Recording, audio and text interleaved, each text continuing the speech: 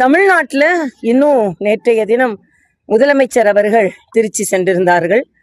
அவர்கள் இன்னும் தேர்தல் பிரச்சாரம் அந்த மூடுல இருந்து இன்னும் வெளியே வராத மாதிரி தோன்றுகிறது. முதலமைச்சர் ஆயாச்சு, மக்கள் உங்களுக்கு வாய்ப்புகளை கொடுத்திருக்கிறார்கள், வாழ்த்துக்களையும் கொடுத்திருக்கிறார்கள். ஆனால் உடனே போர்க்கால அடிப்படையில் பெண்களின் பாதுகாப்பு இங்கே நீங்கள் இந்த வழி கோயம்பேடு வழியாக தான் நான் வந்தேன். கோயம்பேடில் பட்ட பகலில் கார் ஏற்றி ஒரு இலங்கை பெண் கொல்லப்பட்டிருக்கிறார்.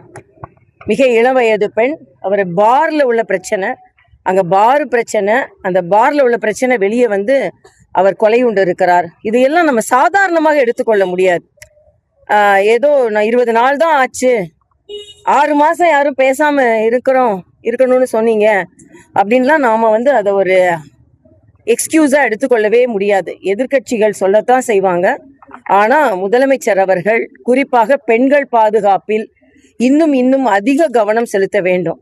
வேறு கட்சியிலிருந்து எல்லாரையும் சேர்க்கின்ற அந்த கவனத்தை முதல்ல பெண்களுக்கு பாதுகாப்பு கொடுக்கறதில் கவனம் செலுத்த வேண்டும் என்பது எங்களது தாழ்மையான வேண்டுகோள்.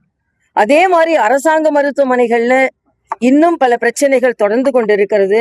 அதனால சாமானிய மக்களுக்கு முதல்ல சுகாதாரத்துறை அமைச்சர்களும் நாங்கள் அங்கதான் போய் சிகிச்சை எடுத்துக்கொள்வோம் என்று சொன்னது உண்மையிலேயே எனக்கு மகிழ்ச்சி அளிக்கிறது. ஆனா அதே நேரத்துல அந்த வகையில எல்லோரும் சென்று சிகிச்சை அளிக்கும் அளவிற்கு அரசு மருத்துவமனைகளின் தரம் உயர்த்தப்பட வேண்டும். புதிய கல்விக் கொள்கை, PM ஸ்ரீ, இந்த திட்டங்கள்லாம் மாணவர்களை உலக அரங்கிற்கு உயர்த்துகின்ற திட்டங்கள்.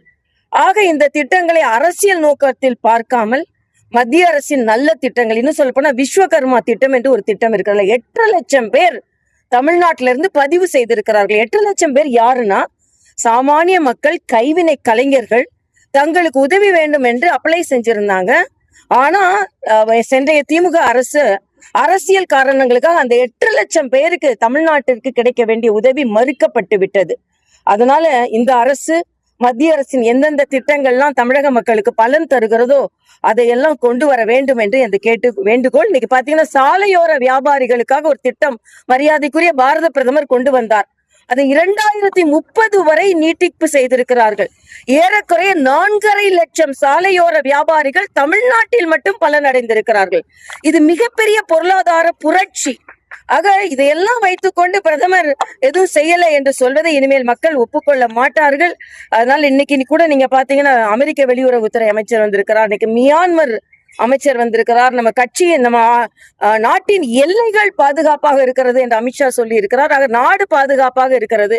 ஆனால் தமிழ்நாட்டில் இந்த புதிய அரசு இன்னும் டேக் ஆஃப் ஆகணும் அப்படின்றது எனது கருத்து. பிளாக் அண்ட் ஒயிட்ல தான் இருக்கிறேன் அப்படின்னு சொல்றாரு. பிளாக்கா ஆயிடக்கூடாது, எதுவுமே ஒயிட்டா இருந்தா பரவாயில்ல, அதையும் நீங்க கவனத்தில் செலுத்த வேண்டும். அதனால பிளாக் அண்ட் ஒயிட்டா இருக்குதா, ஒரேடியா பிளாக்கா போகுதா, இல்ல மக்களுக்கு தெரிந்த மாதிரி ஒயிட்டா இருக்குதா, இதையெல்லாம் கவனம் செலுத்த வேண்டும் என்று நான் கேட்டுக்கொள்கிறேன். முதலமைச்சர் நிர்வாகத்துல அமைச்சர்களை எல்லாம் அழைத்து இன்னும் அதிக கவனம் செலுத்த வேண்டும் என்பது எனது கருத்து. பிளே ஸ்டோர் மற்றும் ஆப் ஸ்டோரில் இருந்து பாலிமர் செயலியை QR கோடு மூலம் பதிவிறக்கம் செய்யுங்கள். செய்திகளை உடனுக்குடன் பெறுங்கள்.